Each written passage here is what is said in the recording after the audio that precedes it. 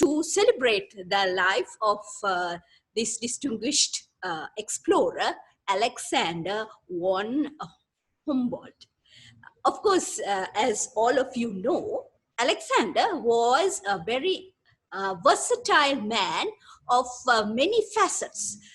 He not only was an explorer, but he was a botanist, he was a naturalist, and also he was involved in a lot of mining engineering. He was also interested in climatology, biogeography, also mineralogy and geology. He was a stringent workaholic, or he worked hard, and at the same time he enjoyed life. He had one of his, biggest voyages and expedition during the early 1700s or 1800s, and so he was a very distinguished personality during his time while he lived in Germany and also in France. And it is also very fitting to celebrate Alexander at the Royal Botanical Gardens in Peradeniya, which was the seat of exploration of the flora of this island nation from the early 1800s. So for nearly 200 years, this garden has supported and assisted many scientists and botanists in the field of exploration of the flora that was endemic as well as natural in this country. As you know, Sri Lanka is also termed the pearl of the Indian Ocean and also a teardrop island, and it has a very strong biodiversity. It is one of the biodiversity hotspots in the world, and many scientists of European origin were actually stationed at the botanical gardens during the early 1800s. And if you look into the history, most or almost all of the heads or directors of this garden were explorers themselves, who explored the flora of this nation.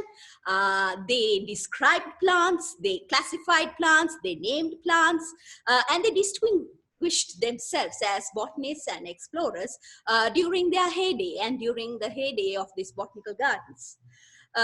Unfortunately, probably exploration and these large-scale expeditions were very famous, very important, very popular during the early 1700s and 1800s. Especially most of the European kings at that time, they funded these expeditions, large-scale expeditions, explorations, and many people, many scientists were involved. Presently, these things, these large-scale expeditions have dwindled and maybe actually halted during this pandemic time, where there is this global pandemic and many people can't travel, so there are no expeditions. So it is indeed fitting that we celebrate this explorer and botanist, so that new scientists, those who are involved in the field of exploration, will be inspired to take up the challenge and find new things and add new things to the world of science. Not only in botany, but also in other fields like geology, mineralogy, climatology, many other things. Science is a vast field, and many people can be gainfully employed, but at the same time they can exhibit their findings to the scientific world.